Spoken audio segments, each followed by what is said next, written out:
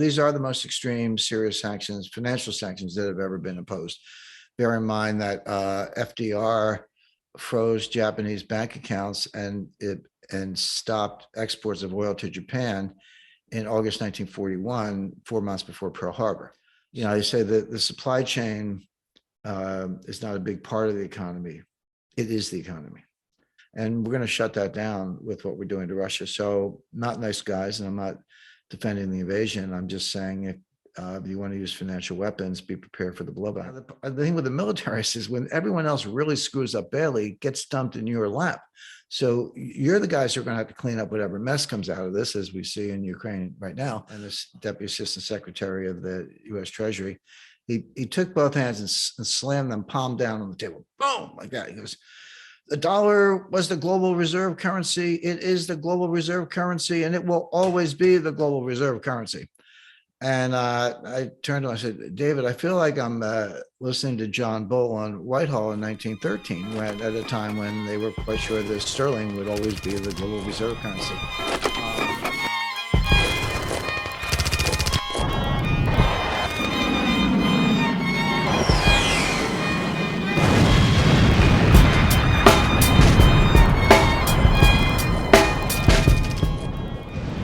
Mr. Rickards, a hell of a time to be talking about foreign policy, national security, currency wars. And I'm wondering if you can give a brief background of your accomplishments and what you've been writing on for decades now. Sure. That's when I go over my background, I always say it's not clear if I'm eclectic or just didn't know what I wanted to be when I grew up. But the main bulk of my career, I was an attorney, specialized in taxation. I was International Tax Counsel to Citibank. But then after about 10 years of that, most people just do it for their whole careers, but I shifted gears, became general counsel of a major investment bank that was one of the top dealers in US government securities. So that's when I got immersed in fiscal policy and the government securities market and so forth. Did that for about 10 years. And then I jumped ship and joined a hedge fund startup called Long-Term Capital Management. We made a few headlines in 1998. I negotiated that rescue. Then I ran a stock exchange. And then after 9/11, I was tapped by the CIA because I had, in the early 80s, that was right after the Iranian Revolution, and Zia al-Haq was the kind of dictator president of Pakistan. And he saw Iran declare itself to be the Islamic Republic. And he said, wait a second, we're the Islamic Republic. But Pakistan was founded as the first Islamic Republic. So he wanted to bring up his game a little bit. So he just came out with some decree that all Western banks, well, all banks basically had to be in accordance with Sharia law. They had to do Sharia banking.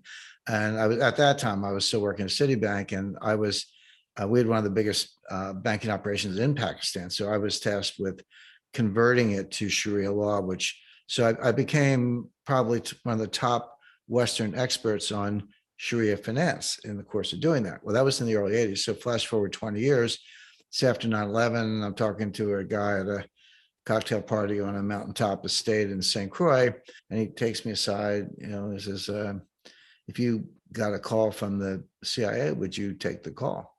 And of course, he said, yeah, at that time, well, I guess anytime really, say, yeah. I was like, yeah, what can I do to help my country? So the call came, and one thing led to another, but I ended up as one of the leaders in their counterterrorism finance unit. So I wasn't jumping out of a helicopter with a knife between my teeth, but we were doing a lot in terms of, shutting down channels and other tactics and understanding financial warfare. So we developed models and then working prototypes. And then we pretty quickly realized, well, these predictive analytics, which were proprietary, said it's not limited to counterterrorism. You can do this geostrategically. And we picked up, for example, we could see at the time was Hugo Chavez was selling treasuries and buying gold, but you could see it in the market. It's not like he issued a press release. So it became a very useful tool. And then I stayed with that for a long time, did quite a bit on sanctions, which is a hot topic today, and financial warfare. And then along the way, I got a cold call from an agent. She said, Jim, I heard you on Planet Money. That's one of our popular radio shows on NPR. That's our public radio broadcasting system, but a lot of people listen to it.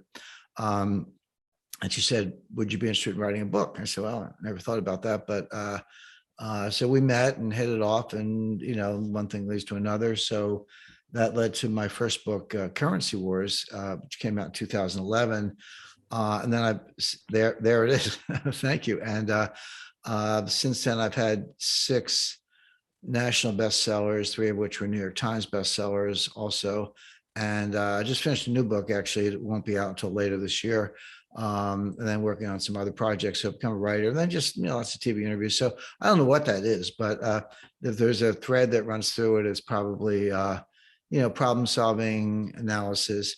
What's interesting to me right now is that in my world, you read Zero Hedge or Credit Suisse or Wall Street Research, but the buzz is, wait a second, look around.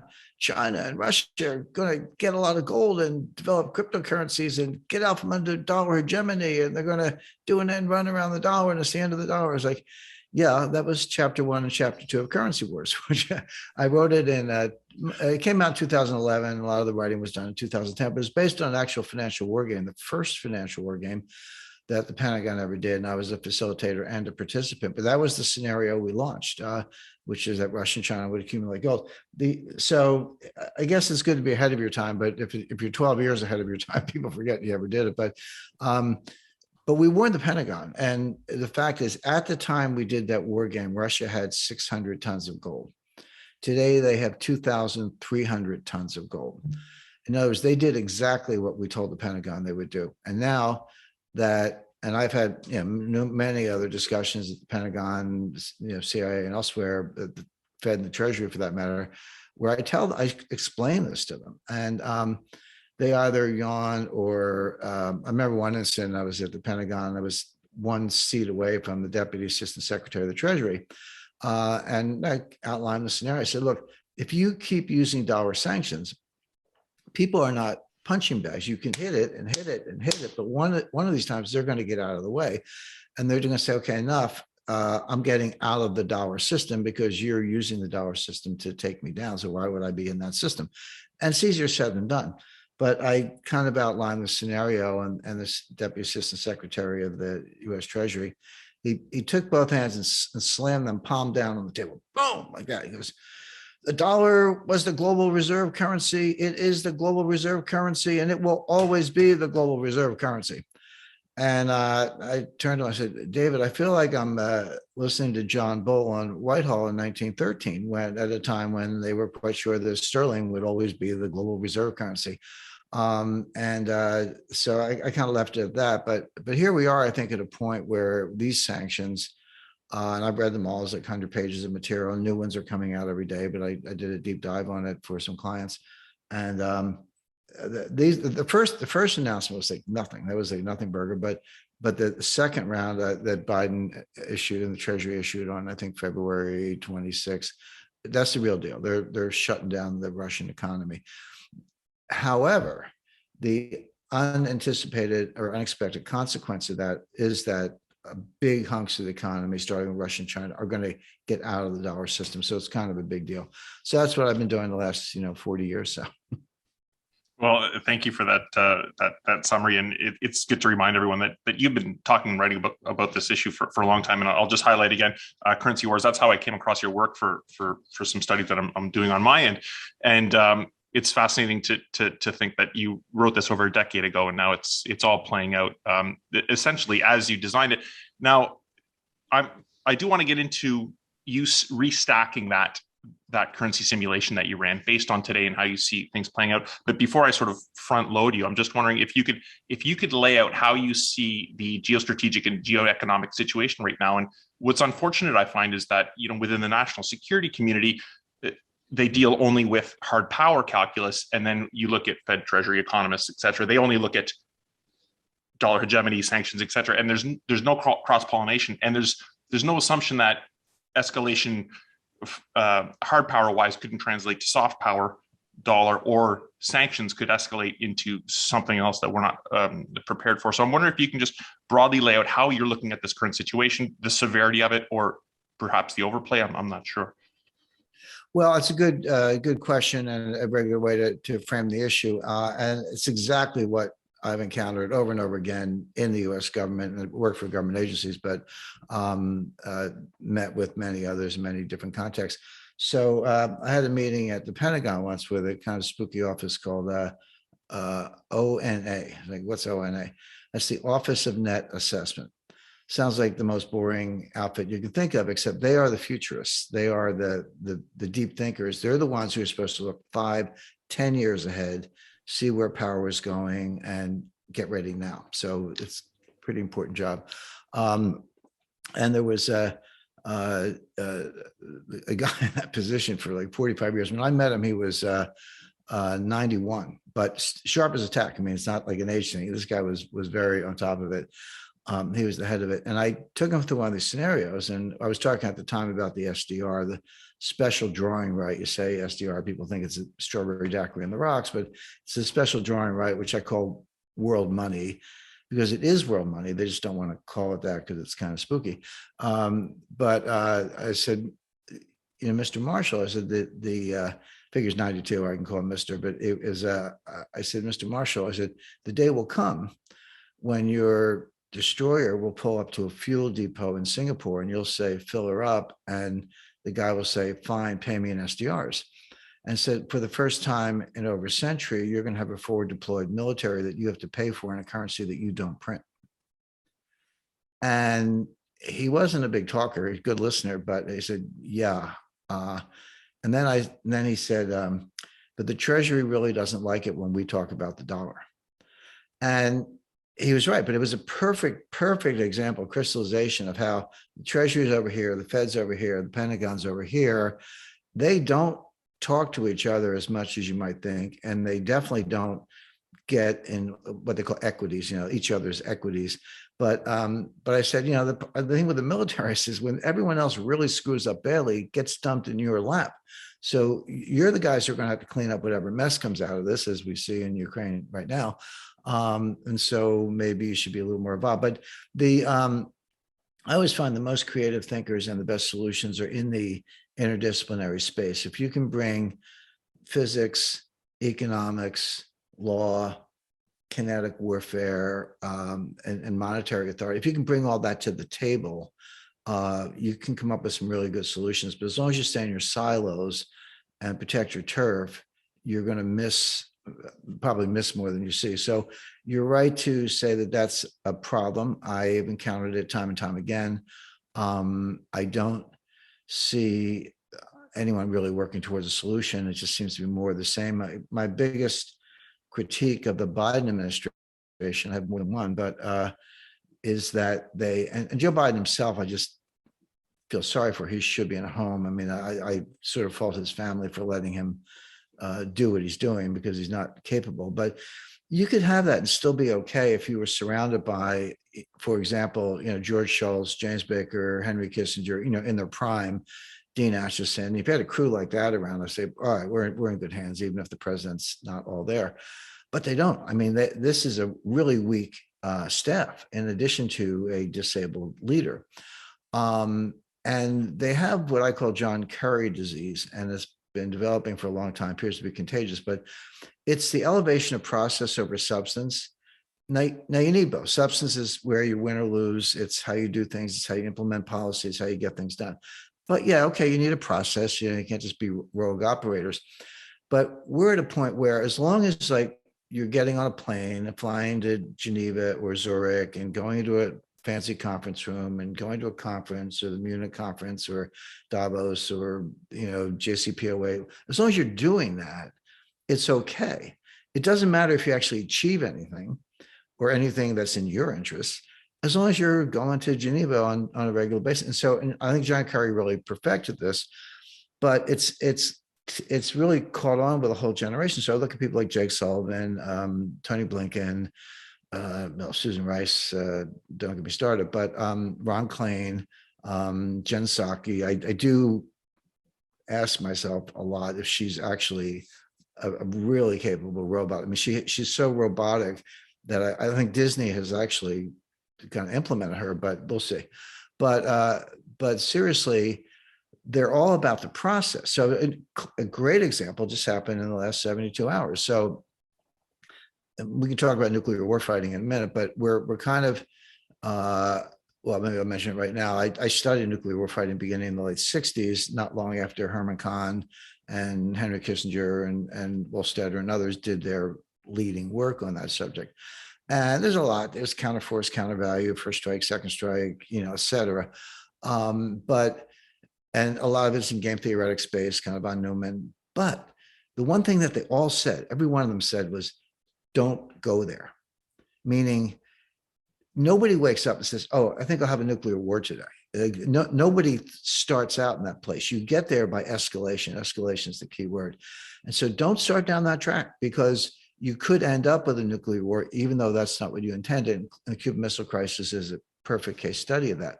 Well, I look at what's going on today. We are going down that road. And, say what you want about Putin, ruthless thug, et cetera. He's not stupid and he's not crazy. He may be the other three things I just said, but he knows what he's doing. And he said he was going to invade Ukraine. He's been warning us since at least kind of since 2008, clearly since 2014. And nobody believed that. You don't assume the other guy's bluffing, right? Maybe in poker for fun, but he's not the kind of guy that you assume is bluffing. He said he was going to invade. Well, recently he said, we'll use nuclear weapons if it comes to that. You're supposed to believe him. I mean, you're not supposed to think that he's crazy. You're not supposed to think that's an empty threat. And yet, so Poland has got these MiGs. They've been refitted. They got new up-to-date avionics, but they're kind of whatever 40-year-old MiG-21s.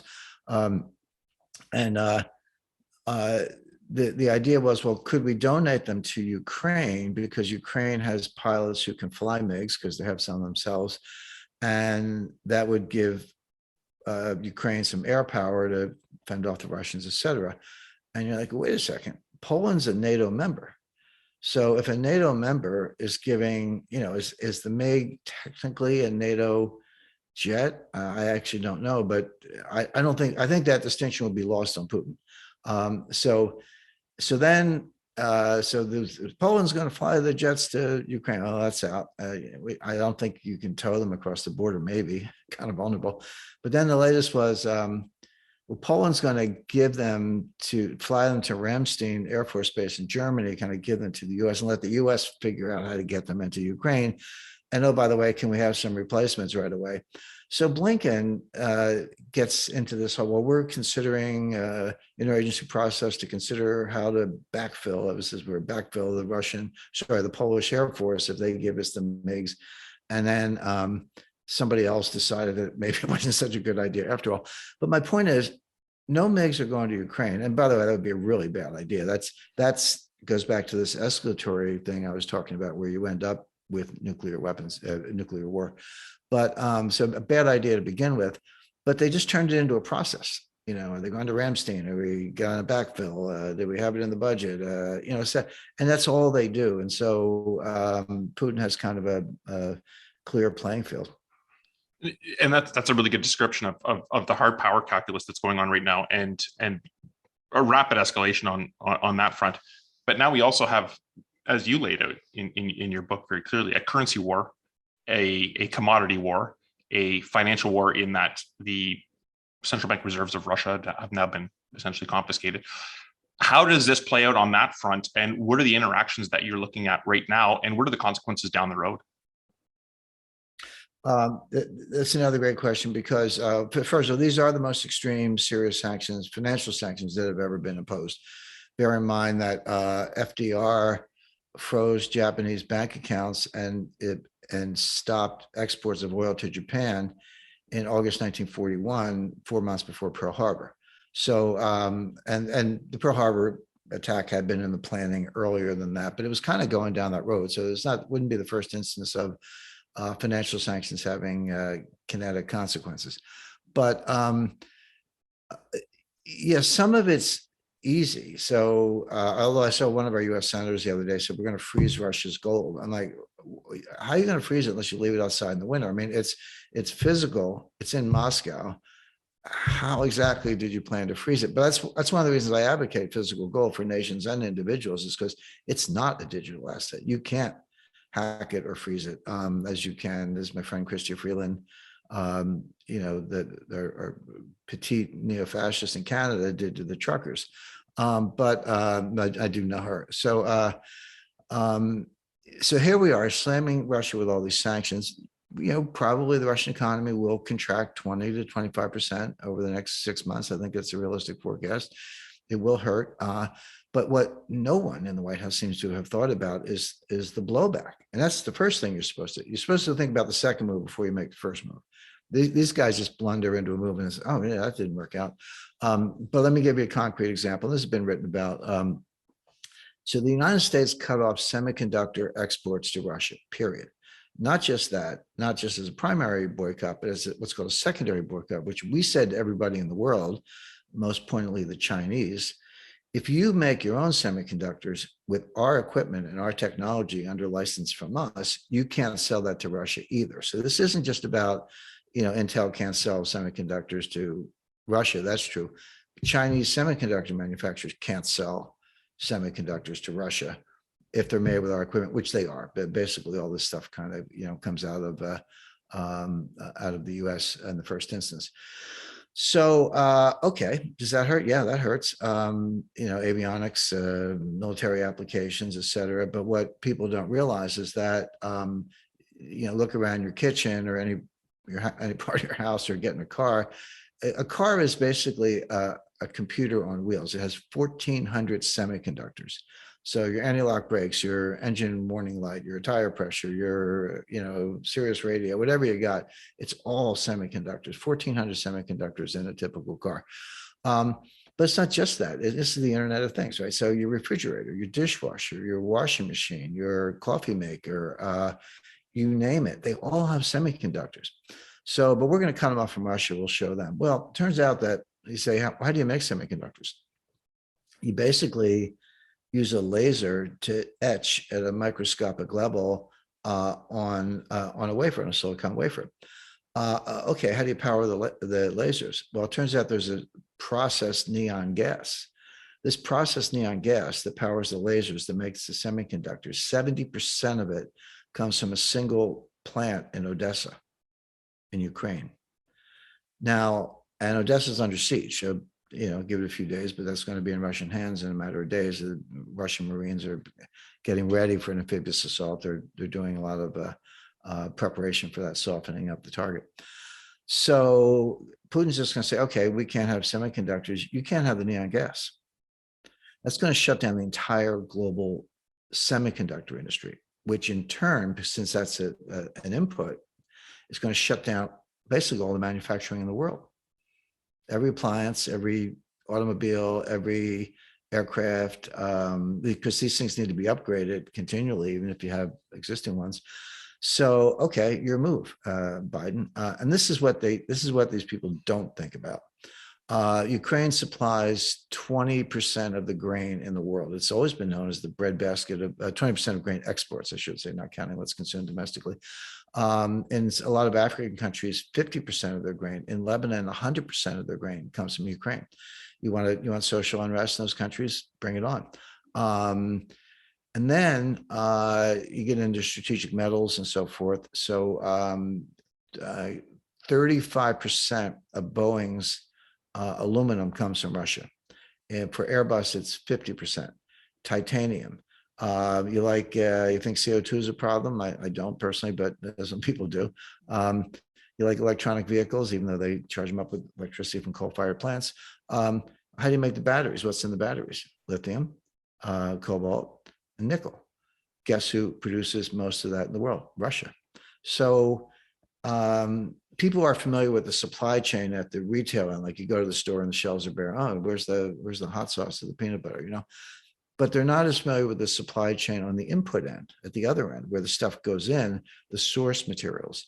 And a lot of that, and in many cases, 80, 90, up to 100% of the global supply comes from Russia. And so what we're going to do is we're going to cut off the oxygen supply of the global supply chain. Now, how do you feel? So this is this is the point, which is, and we can come back to the dollar as the medium of exchange, and the dollar as a global reserve currency. That's my specific area of expertise. But my the book I just finished writing is about the supply chains. I'm kind of like up to my eyeballs in those, in transportation, logistics, and lanes and so forth. But people don't. They say that the supply chain is not a big part of the economy. It is the economy, because everything from the equipment we're using and stuff on your wall or my wall, it comes from a supply chain, and we're going to shut that down with what we're doing to Russia. So, not nice guys, and I'm not defending the invasion. I'm just saying if you want to use financial weapons, be prepared for the blowback. Yeah. So if anyone was in any doubt, the unipolar world order has now set over the horizon, and the multipolarity is now compounded with perhaps a loss of US dollar hegemony, in that it's not secured as a medium of exchange or a store of value for sovereigns. And then throw that on top of a complex adaptive system that we've decided to try and hold together this artifice with one stick, and we just jammed it into the engine of global trade. Painting it forward now, what does that mean for the US? Obviously, still a great nation. Obviously, the West will carry on, but it's not going to be pretty. And I think you paint that out very clearly 10 years ago. But now, looking at the scenario that you just laid out, what are we looking at in the short term? And then, as far as you can forecast on the horizon? Yeah, and by the way, since we're plugging my book, Currency Wars, I said the first two chapters were this Russia-China gold scenario, which is playing out in real time. But if you go in the back around page 200 or something, there's a whole section on Russia, Ukraine, and natural gas. So we were, ahead of the curve on that. Now getting out from under the dollar is easier said than done, but it's like a lot of complex networks, which it is. It's one of many. But if you understand complexity theory and scaling metrics and what physicists call emergent properties, one of the characteristics is like, they work really well. Let's keep making it bigger and bigger and bigger, but they collapse really fast. And one of the metaphors I've used, it's not the only one, but is what I call the snowflake and the avalanche. So, you climb up to the A basin, the Y bowl in Aspen Highlands in the middle of winter, and you get out there early enough, and there's a top of the lift, there's a ridge line, you can climb up and ski the Y bowl. And the ski patrol's out there in the morning setting up dynamite charges. Well, why are they doing that? Well, they're creating avalanches, artificial avalanches, if you want, because they don't want a real avalanche to kill anybody. In physics terms, they're descaling the system. So let's say you don't do that. So snow builds up, and an expert can look at that and say, okay, that's going to fall. That's going to be a major avalanche. Now, what could cause it? The sun, the wind, but a single snowflake could start a little slide that turns into a chute that gets momentum and then rips the whole face off the mountain. I've seen it happen. So who do you blame? Do you blame the snowflake or the unstable snowpack? Well, I would say you blame the instability of the snowpack. In other words, it's a complex dynamic system with inherent instabilities, whether it's a snowflake or too warm a temperature on a certain day. It could be a lot of causes. Almost doesn't matter. What matters is that you have an unstable system that's going to fail. And so that's kind of where the dollar system is today. And it has, there's some good scholarship. Barry Eichengreen and others looked at how it's not like we woke up one day and the dollar had replaced sterling. It didn't quite happen that way. It played out actually over 30 years, starting in 1914 at the beginning of World War I. And then, but if you think of dollar and sterling, say, okay, who was the biggest reserve currency in the 1920s? It went back and forth. There were times when it was the dollar and times with sterling. But then the coup de grace was 1944 with Bretton Woods, when sterling was done once and for all, and the dollar was the single leading but almost exclusive global reserve currency at the time on a gold standard. And then that went away in 71. But the point is, it can happen very quickly, and it does happen. It has happened repeatedly in history. So now I think we've seen the snowflake, or the whatever factor, X factor you want to call it, that has started this landslide. Now, the bigger the system, the slower the collapse. What I mean by that is it's not going to happen in a day. It's not like a stock market crash where, oh man, down 10%. Look at that. It's not that quick. It's much more insidious. I say it's like a stock market crash is like a tornado, just comes along and destroys the house. A currency paradigm shift is more like termites. They're just eating away, eating away, eating. And then one day the house falls in. But you could have seen it coming if you'd had a termite inspection. Well, the termites are working overtime. So what do you do if you're Russia and China? Well, number one, which they've already done, is gold. We talked about that. Cryptocurrencies are not going to replace the dollar for a lot of reasons. But what you would do, and I never worry about this from a national security point of view, because I can think of it, the Chinese can think of it too. But what you would do basically is launch a new central bank digital currency. And there's a lot of confusion between central bank digital currencies and cryptocurrencies. They're not the same. So I'm not talking about Bitcoin and Ether and all that jazz. But Russia and China could join forces. I would actually, if I were they, form a bank in Switzerland as the issuer, because Switzerland has good rule of law. And they would have a new central bank digital currency, but call it the, or maybe bank digital currency if it's if the private multilateral kind of bank, call it the Xi coin, the Putin coin, whatever you want. And then say, okay, starting now, if you want to buy Russian natural resources or Chinese manufactured goods or anything else for that matter, you have to pay us in this currency, in this digital currency. You say, well, how do I get some? Say, well, okay, sure. So we pooled our gold. We put our gold in the bank to back it up. You can contribute your gold, secure vault right here, and become a stockholder in the bank and get an issue of currency with that. Or you can trade with us and run a surplus, and then we'll pay you in this currency, and then you can use it to buy stuff in the future, et cetera, and just build on it. But so we got, kind of central bank digital currencies, sort of crypto-like. We got gold. We've got a legal bank in Switzerland. We've got two major powers joining forces, et cetera. What's missing from that equation? The dollar. There's no role for the dollar in that. And that wouldn't be hard to do. But we're now at that point where Russia and China separately, for separate reasons, have both said, as long as we're on the dollar system, we're vulnerable to these kind of sanctions. And I warned the United States about this. I said, okay, sanctions work and they're appropriate, but you're going to take it too far. You're going to use it too often in too dramatic a way. And again, a good case study right now is that Chrystia Freeland froze the accounts of, working class truckers in Canada. And Joe Biden froze the accounts of the biggest oligarchs in Russia. But it's the same thing. The effect is the same, which is, hey, wait a second. I worked hard. I saved money. I put it in the bank for retirement, my kids' education. And you're telling me it's yours, not mine. And I've said that all along. I said, the minute you put your money in the bank, it's not your money anymore. It's the bank's money. And they'll give it to you if they feel like it. And according to Chrystia Freeland, they don't feel like it. And in fact, they're not going to. And neither are any, Deutsche Bank or Credit Suisse or anybody else going to give the oligarchs their money. But the point being, first of all, that vulnerability has always been there in theory.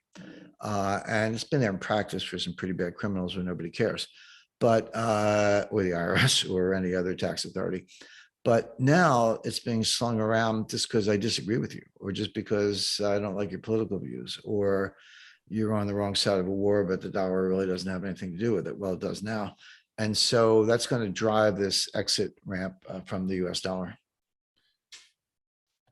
And you raise a really good point that the differences domestically and internationally, not that we agree with them politically, that is a separate issue. The point is that the medium of exchange, store of value that the world is based upon now has to be reinforced with power, which is something a lot different, both domestically, whether that be RCMP or FBI, should those types of measures be taken in the US, but internationally. What are the risks of escalation? We assume that when we implement these actions with regards to Russia by confiscating their money, will remain simply a financial thing. What do you see as far as blowback in hard power, or what are the actions that Russia will then take financially as well, or with restricting commodities? Well, we already know the answer. I mean, Lavrov, who's the foreign minister of Russian Federation, said it 2 or 3 years ago, not in the Ukraine context, that's been around, but said, if you de-SWIFT Russia, we consider that an act of war. De-SWIFT is jargon, but it's SWIFT is the Society for Worldwide Interbank Financial Telecommunications, and everyone's like, well, that's the biggest payment system in the world, or the biggest bank in the world. It's not. It's not a payment system, and it's not a bank. It's not a financial institution. It's kind of like the telephone company. What they do, they send message traffic back and forth. But when you sign up, first of all, those messages are legally binding. If you're Citibank and I'm Deutsche Bank, and I send a properly formatted message saying, $1 billion to you, done. It's irrevocable. Now, how I get the $1 billion to you through whether it's chips or New York Clearinghouse or any other payment system is an operational task, but the message that goes through SWIFT is binding and irrevocable. So if I do that by accident, SWIFT will say, well, you call Michael and sort it out, but we're not the arbitrator on that. So it is the central nervous system of the global financial system, but no money goes through it. It's just encrypted message traffic. And we kicked them out. We kicked the Central Bank of Russia out of SWIFT and a list of other banks with their 10 biggest banks with over 80% of the assets of the financial system with some carve outs for oil. It's like, oh, we'll still pay for the oil. There's a short list of banks that can, BTB and a couple others, who can get paid for oil. Although that may be moot as of the other day, at least for the United States. Well, we did de-SWIFT them. So Lavrov already said it's an act of war. Well, I would say the shooting would start, but the shooting already started. So, so the point is, it's really indistinguishable at this point. And hard power, soft power is a valuable distinction. I tend to think of it as kinetic versus other, meaning cyber, financial, but it's just a different kind of hard power. It's not kinetic unless you blow up the power grid, but it has the same effect. I mean, what's the point of kinetic warfare? What has the point of kinetic warfare been since Alexander the Great or earlier? You want to destroy the economic capacity of your enemy. You take over their cities. I mean, what did we do in World War II? We bombed, factories, railroad yards, steel mills, et cetera. Bombed some other things too. But the point is, the reason you do all that bombing and invasion is to degrade the financial capability or the industrial capability of your enemy, so that they have to surrender. They can't keep fighting. A lot of bravery on the battlefield in World War II, but the best way to understand it is we just outproduced them. Ford was making 15,000 planes a month at a time when the German industry couldn't even replace the ones getting shot down. So you're going to win that war. So if you can do that financially, you don't even need the missiles. I mean, you're not giving up your missiles, but my point is, if you can use financial and electronic means to achieve the same result, which is to financially disable your enemy, then you kind of win the war without all the bombs. So I don't see it as an adjunct to warfare. I see it as the main battle space. Having said that, you go back to what we talked about earlier, which is the blowback. These are weapons these are cruise missiles that can turn around and land on you. And that's the problem. Very few people really understand how it works. They don't understand how densely networked and how complex the global financial system is. A simple way to describe it is, we put all these sanctions on Russia. You can't, we're going to freeze your accounts, and you can't trade in ruble-denominated bonds, and nobody can buy or sell stocks, et cetera. Okay, but every buyer has a seller. Every trade has a counterparty, and every sender has a receiver. So when you shut down a set of transacting parties, you simultaneously shut down the other side of the trade. Well, are there people in Switzerland waiting to get paid on dollar-denominated debt from Gazprom? I think so. And they're not getting paid thanks to these sanctions. And so we're just at the beginning. And by the way, this could turn into a global liquidity crisis worse than 2008. It's not a hard forecast. I'm not putting the stake in the ground. But I would say, based on what I know, that's not out of the question. And it could be playing out now. I always say in finance, it takes a week or so for the bodies to float to the surface. But we're starting to see some now. I mean, people, as one guy lost several $billions in the nickel market. He was the biggest nickel producer. And sometimes when you're the producer, you short it to, hedge your gains, et cetera. But he was massively short nickel and the price went up by a factor of 10 and he's broke. It cost him several $billion. Well, then, okay, but who's on the other side of that trade? Is there a broker, an intermediary somewhere who's not getting paid by him? We can't pay the next guy and that guy goes down and then you're off to the races. That's happening right now. Or pensioners in Kentucky. Mr. Rickards, sorry to interrupt. Yeah, pensioners in Kentucky, because Morgan Stanley, I like people Morgan Stanley, I don't want to pick on them, but they take these Russian bonds and other bonds, probably Ukrainian bonds, and they package them into structured products and put them into emerging markets ETFs and sell them to 401k accounts. So I tell people, go look at your 401k. Got any emerging markets funds from Goldman Sachs? Get the offering document. Where are they from? I mean, you may be on the wrong end of some Ukrainian bonds and you don't even know it. Mr. Rickards, thank you for your time. As a final question, in addition to currency wars and a number of your other recent writings, what would you say are a few of the top writings, whether they're historical or more contemporary, that you'd recommend right now? Yeah, I'm a big fan of Victor Davis Hanson. He's written about 20 books, but he wrote a book called The Second World Wars, plural, because he kind of separated Pacific and Atlantic. Really, really good. He'll spend like one page on the Battle of Stalingrad, right? You can fill a library with books on the Battle of Stalingrad. It's like, it happened, and here's what happened. Most of the book is about the economics behind it.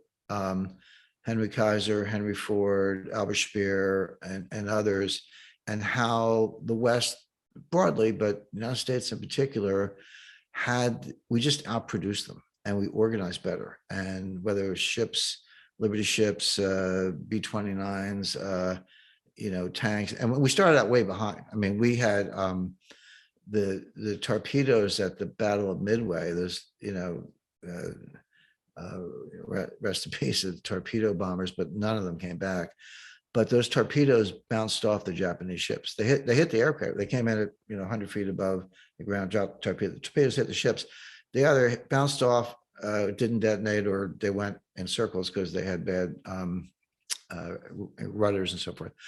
Well, we fixed that. We got better. So by 1943, we were sinking the entire Japanese fleet and all their commercial traffic. So the U.S. Again, allies. So this is not just all about the United States, but we tend to be slow behind the curve and slow off the mark, but we catch up fast. And that's the point he makes in that book, the Second World Wars. And then big fan of, and I'll probably pronounce his name wrong, but Walter Scheidel, who's a full professor at Berkeley, and he's written a couple of very good books, and they're that talk about basically he puts a complexity. How he's a historian, he's a great historian, tons of research, but he's looking out through the lens of complexity and shows you how civilizations rise and fall. So they're kind of big picture, but it's good background for what's going on now because there is a big story going on now. Mr. Rickards, thank you so much for your time.